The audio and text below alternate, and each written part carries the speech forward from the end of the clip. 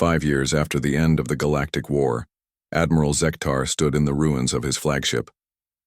The Void Piercer had been converted into a memorial, a place where beings could come to remember the cost of tyranny. He was no longer an admiral. He was no longer even Vorthak military.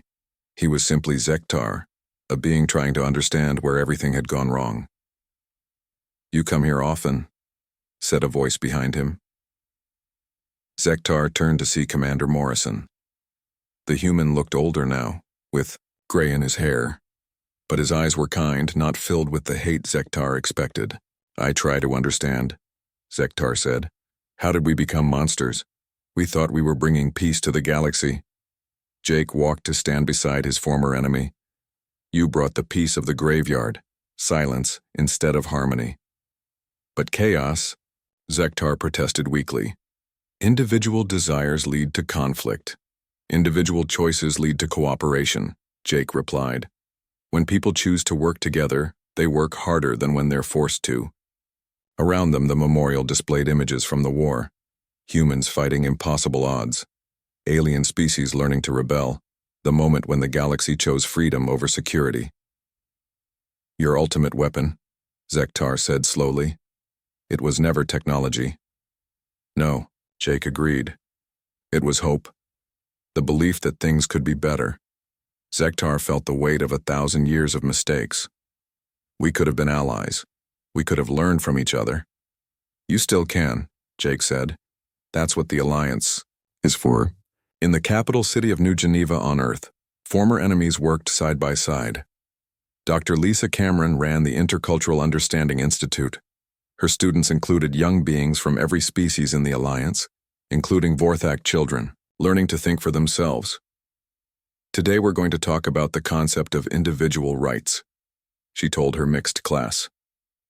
"Can anyone tell me what that means?" A young Vorthak named Zelki raised his hand. "It means everyone gets to choose their own path even if others disagree." "Very good, Zelki, and why is that important?" a Melody student answered. "Because when people choose freely, they create better solutions than when they're forced to obey." Lisa smiled. These children would grow up in a galaxy where cooperation was chosen, not commanded. They would never know the fear their parents had lived with. Captain Danny Rodriguez, now Ambassador Rodriguez, worked at the Alliance headquarters. His job was helping former hegemony worlds transition to freedom. It was harder than fighting the war had been. "Ambassador," said his Corvin assistant, "the representatives from the Outer Rim colonies are ready to meet." Danny nodded. These colonies had been slaves for so long they had forgotten how to make decisions. Teaching them self-government took patience and time. "Remember," he told the nervous representatives, "there are no wrong answers here. We're here to help you figure out what your people want." It was slow work, but every world that learned to govern itself made the galaxy a little more free.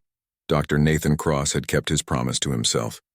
His weapons laboratory was now a research center where beings from dozens of species worked together. They developed new technologies not for war, but for exploration and discovery. Dr. Cross called Melvor, his Melody colleague. "Our new, faster-than-light drive is ready for testing." "Excellent," Nathan replied.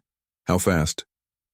3 times faster than anything the hegemony ever built, and it uses principles from 12 different species." Nathan smiled. Free minds working together could accomplish miracles. In a small apartment on the Vorthak homeworld, former Emperor Vorthak worked as a teacher. His students were young Vorthak learning about the galaxy beyond their world. Teacher Vorthak asked one student, "Why did the Empire fall?" The former Emperor thought carefully before answering. "Because we confused control with leadership. We thought forcing people to obey was the same as inspiring them to follow. What's the difference? Control creates fear, leadership creates hope, and hope is stronger than fear." The student made notes. These young Vorthak would grow up knowing that their species had been wrong, but they would also know that being wrong was not permanent. People could change, societies could grow. General Patricia Hayes had retired from the military. She now ran a school where beings from different species learned to work together. Her students included former enemies who had once tried to kill each other. Today we're going to practice joint operations, she told a mixed group of human, Vorthak, and Melody cadets. Remember, the goal is not to command others. It's to coordinate with them. The exercises went well. These young beings had grown up after the war. To them, cooperation between species was normal. They could not imagine a galaxy where different peoples were automatically enemies. Lieutenant Sophie Grant, the woman who had sparked the first prison rebellion, now commanded a mixed-species exploration fleet. Her mission was to discover new worlds and contact new species. Captain Grant, reported her Thektai navigator, we're receiving signals from an unknown star system. It appears to be an artificial transmission. Sophie felt excited. Set course for the signal. Let's go make some new friends. Her crew included beings from dozens of species. They worked together not because they were forced to, but because they chose to explore the unknown together. On the anniversary of the war's end, beings across the galaxy gathered to remember, not to celebrate victory, but to honor those who had died and to promise it would never happen again. Zektar attended the ceremony on Earth. He stood with Jake Morrison and other former enemies who had become friends. I have a confession, Zektar said as they watched children from different species play together. When I first met humans, I was not afraid of your weapons. I was afraid of your questions. What questions? Jake asked. Why do we rule others? Who gave us that right? What if there's a better way? For 1,000 years, no one had asked those questions. You made us face them. Jake nodded. Questions are dangerous to tyrants, but they're necessary for free beings.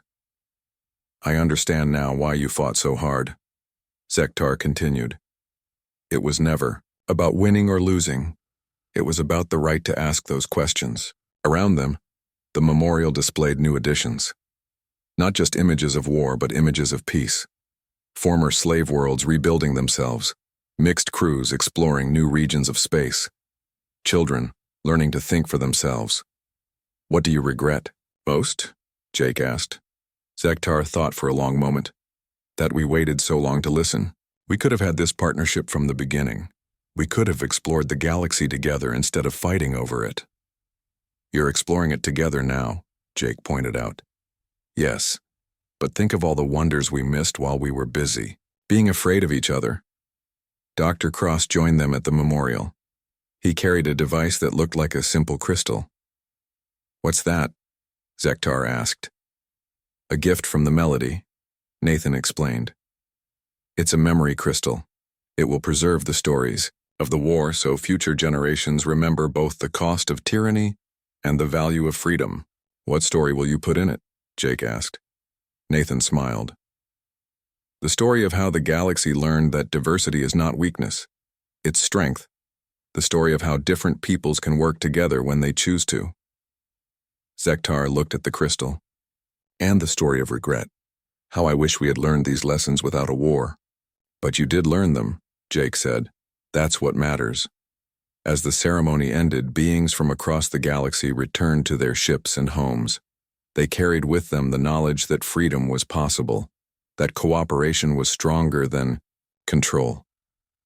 That hope was more powerful than fear. Zektar returned to his quarters on the memorial ship. He wrote in his journal, as he did every night. Today I learned something new. The humans' ultimate weapon was not their refusal to surrender. It was their belief that surrender was not necessary. They showed us that there was always another choice, always another way. He paused in his writing and looked out at the stars. Somewhere out there, exploration ships with mixed crews were discovering new worlds. Former slave species were building their own governments. Children were learning to ask questions their parents had never dared to voice. We regret the war, he wrote, but we do not regret the peace that followed. The humans gave us something we did not know we had lost. They gave us hope. Outside his window, Earth turned slowly in space. It was no longer the center of a desperate resistance. It was the heart of a free galaxy where every being had the right to choose their own path. The galaxy was vast and full of wonders, and for the first time in 1,000 years, everyone was free to explore them together.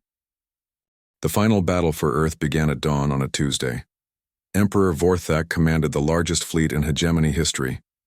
10,000 warships surrounded the human homeworld. Each ship carried weapons that could destroy cities with single shots. "This ends today," the Emperor declared from his flagship. "The human infection will be burned away forever." But as his fleet prepared to attack, something impossible happened. Ships began changing sides. Captain Rodriguez, now Admiral of the Free Species Alliance, watched from his command ship as entire Vorthak squadrons switched their weapons to friendly targeting. Their crews had learned about freedom from human prisoners. They would not fight to destroy it. "Admiral Rodriguez," came a transmission from a Vorthak destroyer. "This is Captain Kelmar. My crew requests permission to join your forces." Danny smiled. "Permission granted, Captain. Welcome to the Alliance." Emperor Vorthak watched in horror as his own fleet turned against him. "Fire on the traitors!" he screamed. "Destroy any ship that defects." But the orders came too late. Half his fleet now fought for the Alliance. The other half was confused and demoralized. For the first time in their history, the Vorthak were fighting themselves. Dr. Cross coordinated the defense from Earth's surface. He worked with scientists from dozens of species who had joined the human cause. The shy melody artists had become brilliant engineers. The rigid Corvin workers had learned to innovate and adapt. "Doctor," called Melvor, a melody scientist, "our new shield systems are ready." "Dr. Cross," added Corval, a Corvin engineer, "the hybrid weapon systems are online." Nathan smiled at his alien colleagues. 3 years ago, these species were slaves who could not think for themselves. Now they were partners in the greatest alliance the galaxy had ever seen. "Activate all systems," he ordered. "Let's show them what free minds can accomplish." The Earth's defenses came online with technology that should not have existed. Human creativity combined with melody artistic vision and Corvin engineering skill had created wonders. Ships that could phase between dimensions. Weapons that turned enemy attacks into harmless light shows. Shields that grew stronger under fire.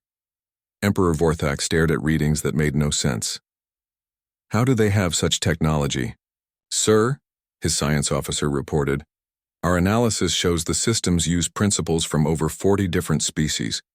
They've combined knowledge that should be incompatible. That's impossible. Different species cannot work together effectively. The humans seem to have proved us wrong, sir." The Emperor felt something he had never experienced before. Fear. Not of death, but of being wrong. What if the hegemony's way was not the only way?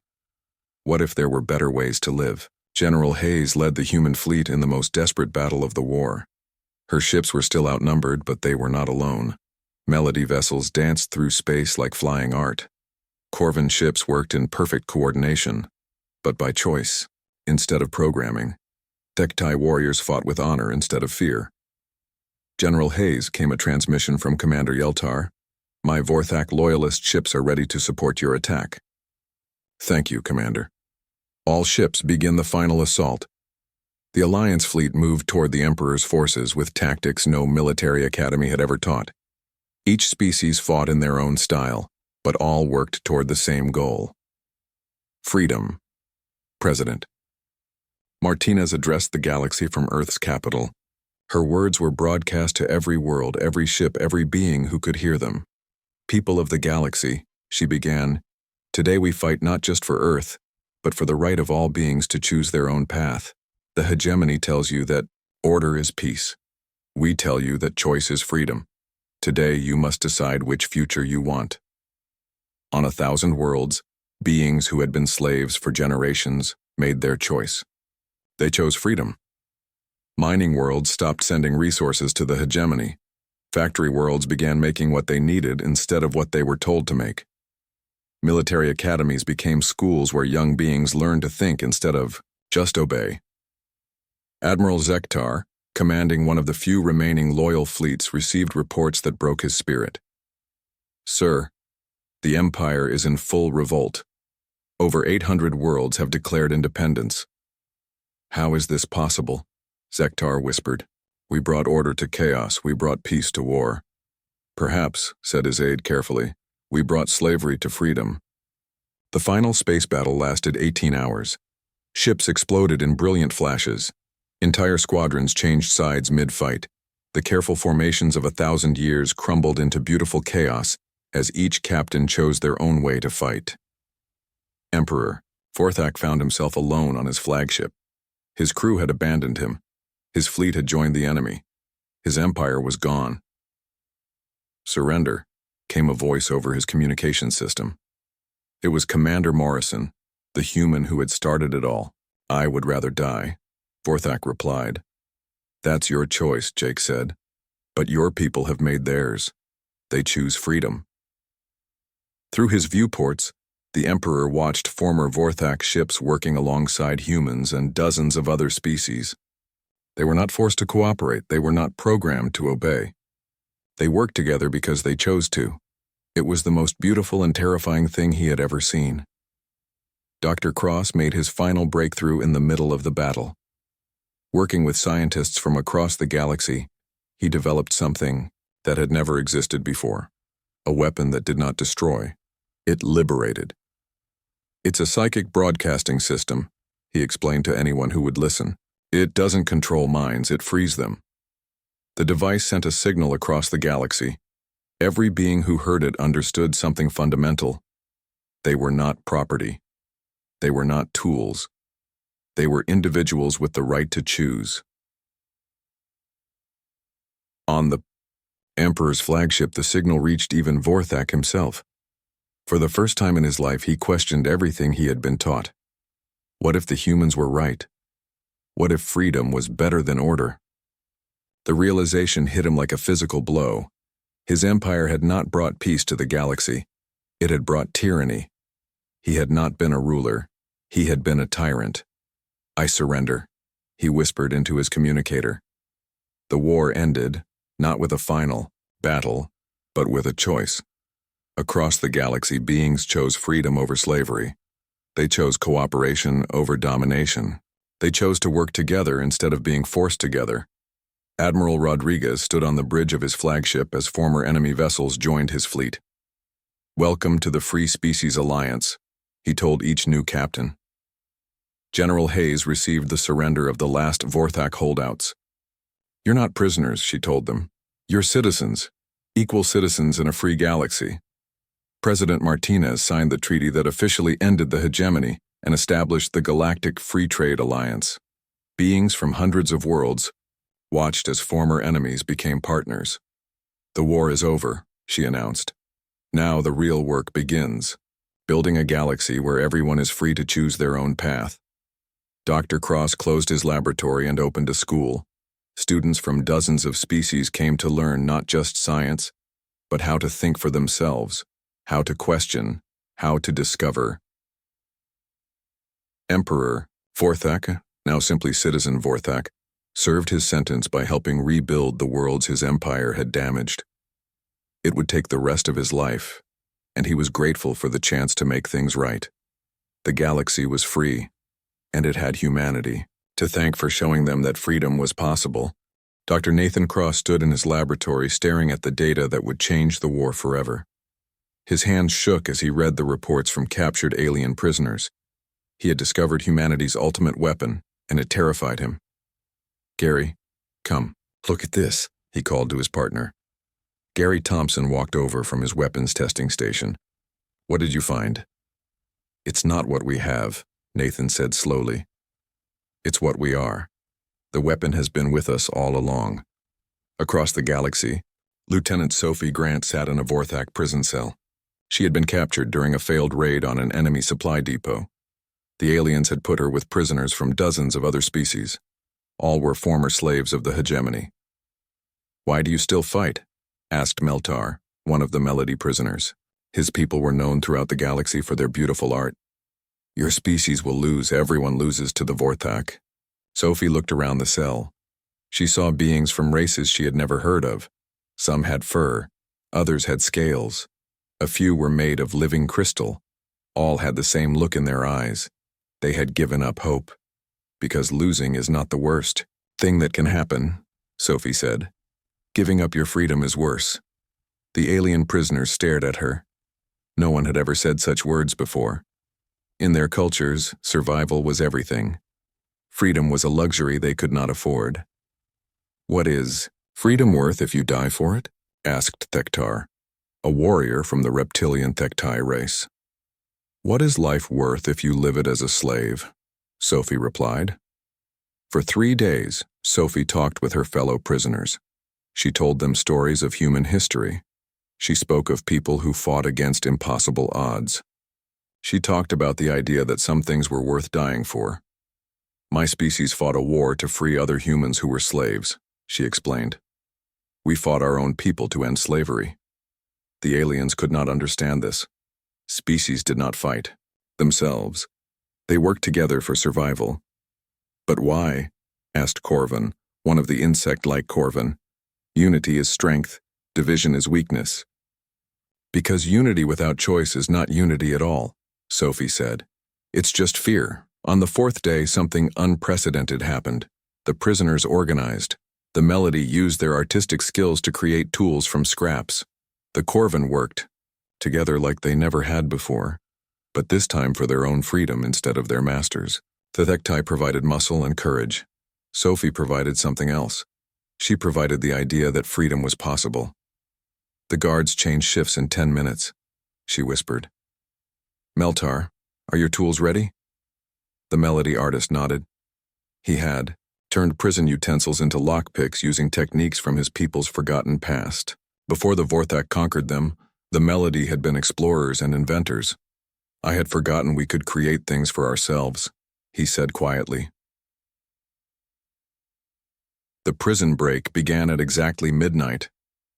For the first time in hegemony history, slaves rebelled against their masters. The alien prisoners worked together, but not because they were forced to. They worked together because they chose to. Guards fell to improvised weapons. Security systems failed to stop determined beings who were no longer afraid. The prison ship Dark Harvest became the first Vorthak vessel ever captured by its own prisoners. How is this possible? Demanded the ship's captain as he was dragged to the cell he once controlled. You taught us to work together, Sophie said. You just never taught us to work together for ourselves. The rebellion spread like wildfire. Former prisoners took control of supply ships. Slave workers on mining worlds stopped working and started fighting. The careful order of the hegemony began to crack. Admiral Zektar received reports from across his empire. Everywhere the humans had been, other species were learning to rebel. It was as if the humans carried some kind of mental disease that infected everyone they met. Sir, his intelligence officer reported, we have confirmed uprisings on over 300 worlds. All were started by species who had contact with human prisoners. What are the humans doing to them? Zektar demanded. They're teaching them to think for themselves, sir. The words hit Zektar like a physical blow. For 1,000 years, the Vorthak had built their empire on the idea that lesser species needed guidance. That freedom was chaos. That order was peace. But what if they were wrong? On Earth, President Elena Martinez received the most incredible report of the war. General Hayes stood before her with a smile for the first time in 2 years. Madam President, I have good news, Patricia said. 3 Vorthak fleets have surrendered without firing a shot. Surrendered? Why? Their crews refused to fight. They said they learned about freedom from human prisoners and decided they wanted it for themselves. Elena sat back in her chair. My God. We're not just fighting a war. We're starting a revolution, Dr. Cross burst into the room with Gary Thompson close behind. We understand it now. The weapon isn't something we built. It's something we believe. What do you mean? Elena asked. Every species the Vorthak conquered accepted their fate, Nathan explained.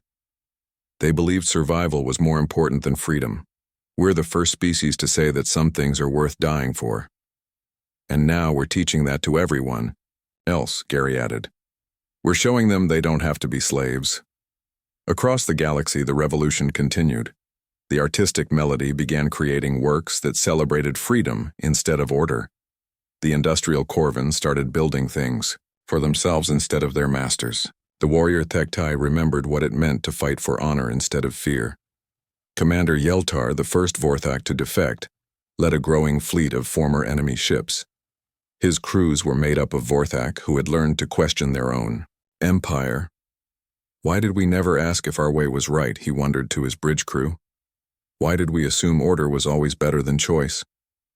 Because we were taught not to ask questions, replied his tactical officer, another defector.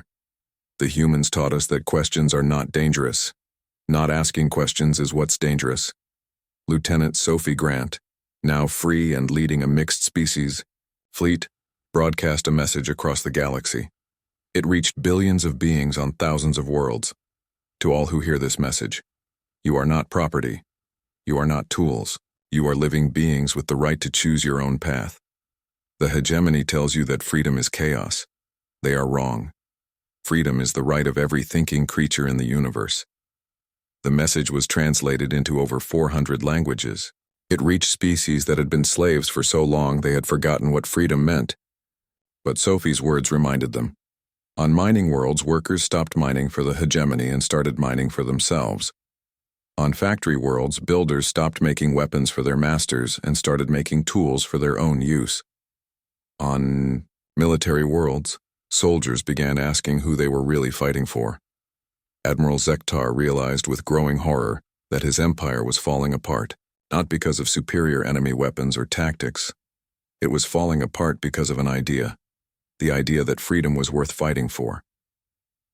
Prepare the final assault on Earth, he ordered. We will use every weapon we have, every ship, every soldier.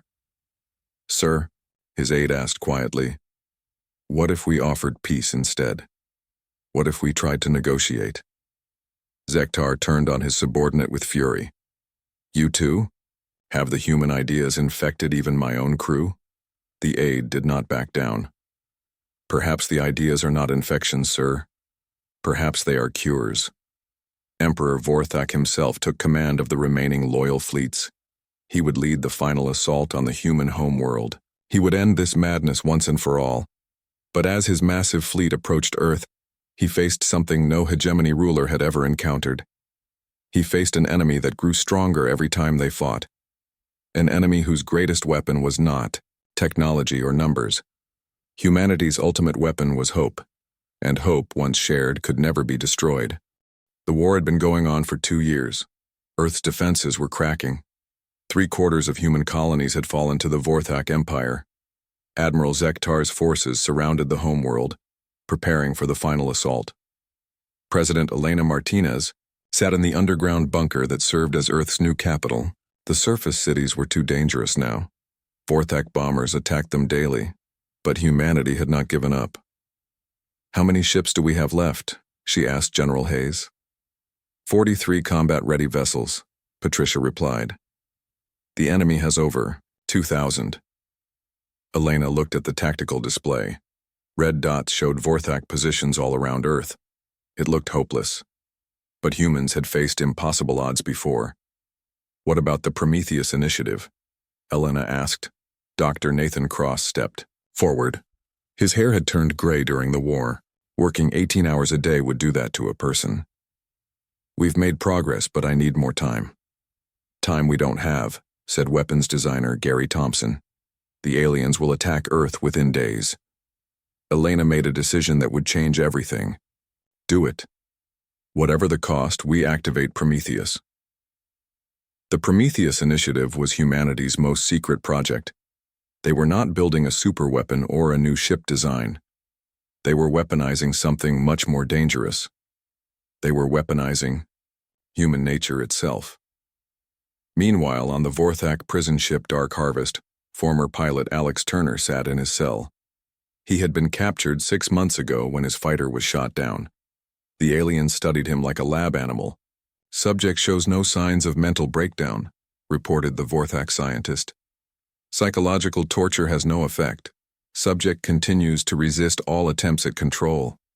Alex smiled at his captors through the force field. Still trying to break me, You guys never learn, do you? The alien scientist made notes. Humans were the strangest species in the galaxy. Every other race would have surrendered by now. They would have accepted their fate and served the hegemony. These humans just kept fighting. Why do you resist?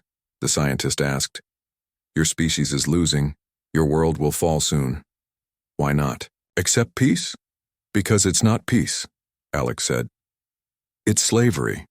And humans don't do slavery anymore. The scientist did not understand. Peace was the absence of fighting. Order was better than chaos. The hegemony brought stability to the galaxy. Your thinking is flawed, the alien said. Individual desires must serve the greater good. Whose greater good? Alex asked. Yours or mine? These questions hurt the Vorthak scientist's brain. His species had never doubted their system. For 1,000 years they had brought order to chaos. They had made the galaxy a better place, hadn't they? Captain Danny Rodriguez now commanded a fleet of 30 improvised warships. They were built from salvaged alien technology and human creativity. Each ship was different. Each one was a surprise.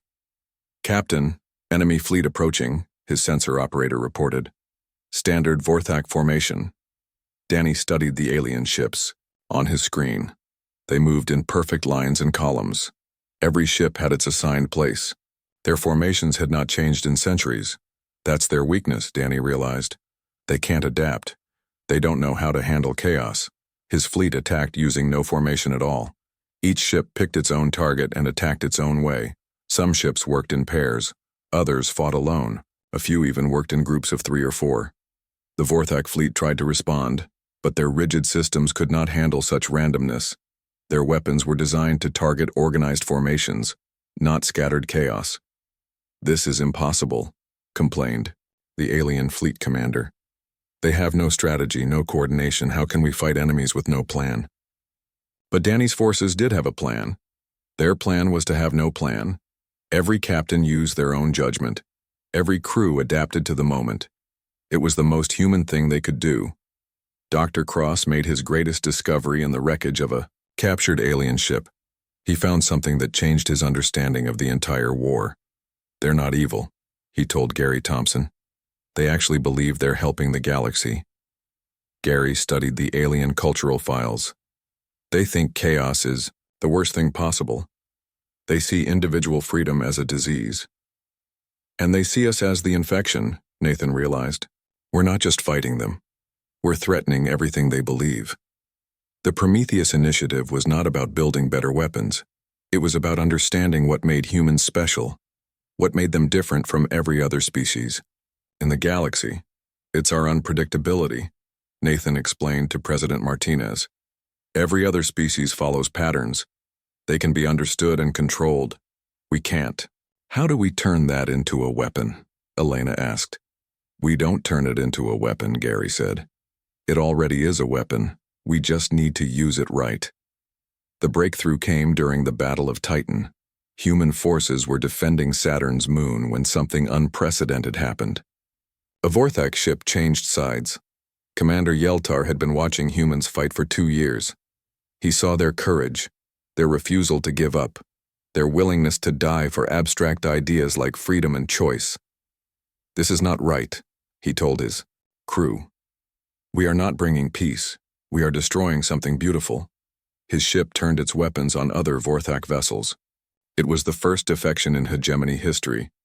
Admiral Zektar received the report with growing horror. One of our commanders has joined the humans? Yes, sir. He broadcast a message to all Vorthak forces. He said humans taught him what freedom means. Zektar felt something he had never experienced before. Doubt. His empire was built on the idea that order was better than chaos, that control was better than freedom. But what if he was wrong? The Prometheus Initiative revealed its true nature in the final battle of this phase. Human forces did not unveil a superweapon or a new technology. Instead, they did something that broke every rule of galactic warfare. They split their ships apart. Each human vessel was designed to separate into multiple smaller ships during combat. The aliens' targeting systems could not handle it. One moment, they faced 50 enemy ships. The next moment they faced 200. How is this possible? Zektar demanded. Ships cannot divide during battle. It violates every principle of engineering. Human principles are different, sir, his aide reported. They value flexibility over strength, adaptation over perfection. The human fleet swarmed through Vorthak formations like angry wasps. Each small ship was weak individually, but together they were unstoppable. They struck from every direction at once. For the first time in 1,000 years, a Vorthak fleet was forced to retreat. Dr. Cross watched the battle from Earth's command center. It's working. We're not fighting them with their own weapons. We're fighting them with ourselves. President Martinez nodded. What's our next move? We show the galaxy what humans really are, Nathan said, and we pray it's enough to save us all. Admiral Zektar regrouped his forces for one final assault. He would use every weapon the hegemony had developed. He would break these impossible humans once and for all. But deep in his thoughts, doubt continued to grow. What if the humans were right? What if freedom was better than order? The thought terrified him more than any weapon ever could. 6 months had passed since the failed meeting. General Patricia Hayes stood on the bridge of the UES Defender, watching enemy ships fill the viewscreen. The Vorthak had come to human space with a fleet of 500 warships. General, we count. Over 50 dreadnoughts, reported her aide. Each one is 3 times the size of our largest ship. Patricia felt her stomach tighten. Earth's entire fleet had only 30 major warships. They were outnumbered and outgunned. But they would fight anyway. That was what humans did. All ships. This is General Hayes. Today we defend our home. Today, we show these aliens what humans are made of. Attack pattern Delta. Hit them hard and fast. The human fleet charged forward. Their ships were smaller but quicker than the alien vessels. The first exchange of fire lit up space with deadly energy. Dr. Nathan Cross worked in his lab deep under Earth's surface. His team tried desperately to understand captured alien technology. They had pieces of Vorthak weapons and armor from the failed meeting. Every discovery might save human lives. The metal is stronger than anything we have, his assistant reported. But look at this. The weapon systems follow simple patterns. They don't adapt or change. Nathan studied the data. It's like they built everything the same way for centuries. No innovation, no new ideas. Above them, the space battle raged on. Human ships used tactics the aliens had never seen. They attacked in pairs, covering each other. They used asteroids for cover. They even rammed damaged ships into enemy vessels when their weapons failed. Admiral Zektar commanded from his flagship. He felt growing anger as human ships danced around his forces. These primitive vessels should have been destroyed in minutes. Instead, they fought like nothing he had ever faced.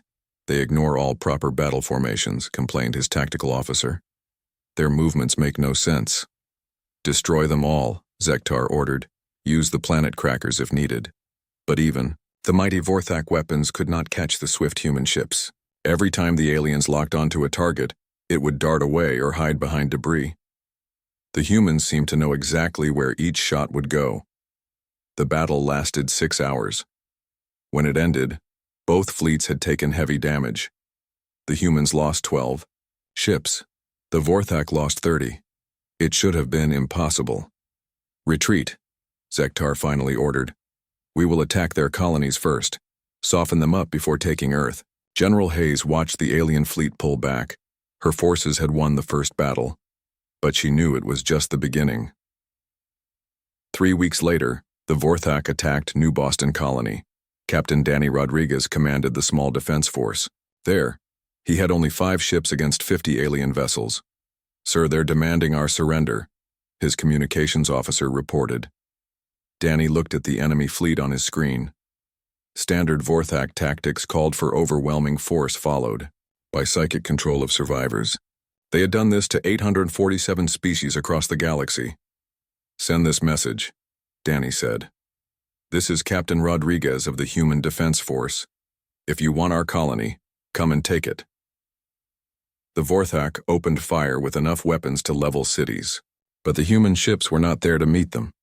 Danny had scattered his forces among the asteroids around New Boston. His ships struck from hiding, then vanished again. Where are they? demanded the Vorthak commander. Our sensors show nothing. The humans had learned to mask their ship's energy signatures. They used the colony's mining tunnels as hidden bases. Every attack came from a different direction. For 2 days, the superior Vorthak fleet was picked apart by 5 human ships. Finally, the aliens landed troops on the planet's surface. They expected to find a broken population ready to surrender. Instead, they found Sergeant Kelly Barnes and her resistance fighters. Kelly had been a Marine for 15 years. She knew how to fight against superior odds. More importantly, she knew how to make the enemy afraid. The Vorthak troops expected to use their psychic powers to control the humans. When that failed, they tried their standard terror tactics. They threatened families. They destroyed buildings. They showed their superior weapons. None of it worked. The humans just got angrier. Kelly led night raids against alien positions. People used improvised explosives and guerrilla tactics. They struck supply lines the Vorthak never thought to protect. Every day more aliens died to human traps and ambushes. These creatures are insane, reported the Vorthak ground commander. They feel no fear. Pain only makes them fight harder. We cannot break their will. The same story repeated across human space. Terra Nova fell after a month-long siege, but its people never stopped fighting. Kepler Station was captured, but its defenders made the Vorthak pay for every corridor. Admiral Zektar received reports from dozens of conquered worlds. All said the same thing. Humans could be killed, but they could not be controlled. They would not submit. They would not break. Increase the terror attacks, he ordered. Show them the price of resistance. But the terror attacks backfired. Instead of breaking human morale, they made humans more determined to fight. Every destroyed city became a rallying cry. Every killed civilian became a reason for revenge. Dr. Cross made a breakthrough in his underground lab. He had been studying Vorthak psychology from captured prisoners. What he found surprised him. They've never faced real resistance before, he told General Hayes over a secure channel. Every species they conquered gave up quickly. They don't know how to handle enemies who keep fighting. What does that mean for us? Patricia asked. It means they're learning to fear us. For the first time in their history, the mighty Vorthak are facing an enemy they can't simply crush. Captain Rodriguez, still fighting his hit-and-run war around New Boston, intercepted a Vorthak military transmission. The aliens were asking for reinforcements.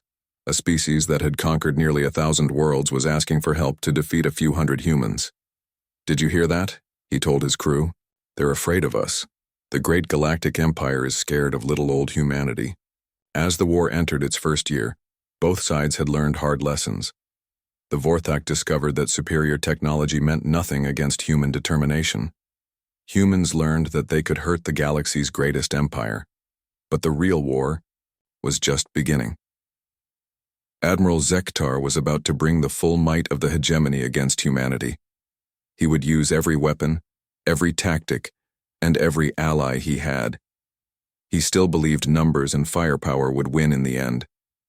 He had no idea that humanity's greatest weapon was not something they could build or buy. It was something they simply were. The massive alien ship hung in space like a metal city. Admiral Zektar walked through its dark halls, his forearms moving with practiced grace. The Vorthak had ruled the galaxy for 1,000 years. Every species they met had bowed down or been destroyed.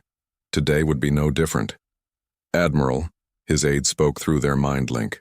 The new species has arrived for talks. Zektar felt pleased. Another world to add to their empire. Another race to serve the hegemony. He had done this 847 times before. Each time was the same. The aliens would try to negotiate. The Vorthak would push into their minds and take control. Then the conquest would begin. The human ship looked small next to the Void Piercer. It was an ugly thing made of metal and painted white. Strange symbols covered its hull. The humans called it the UES Liberty. Commander Jake Morrison stepped into the alien ship with his team.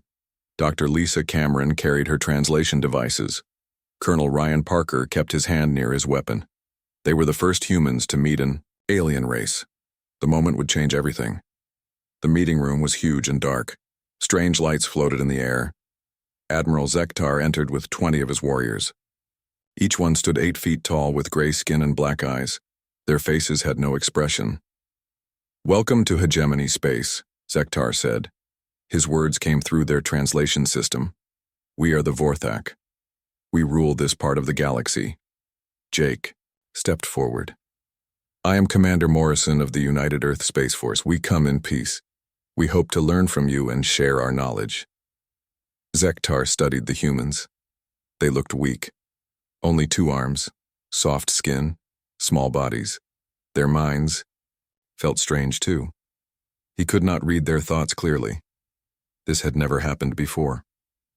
"Tell us about your species," Zektar said. "How many worlds do you control?" "We have colonies on 12 worlds," Jake answered. "Our home world is Earth. We have been exploring space for 50 years. The Vorthak Admiral felt surprised. Most of species they found had hundreds of worlds or none at all. These humans were somewhere in between. "Strange. What weapons do you have?" Colonel Parker asked. Zektar's warriors moved closer. No species had ever asked about Vorthak weapons so directly. It showed either great courage or great stupidity. "We have weapons that can destroy suns," Zektar said.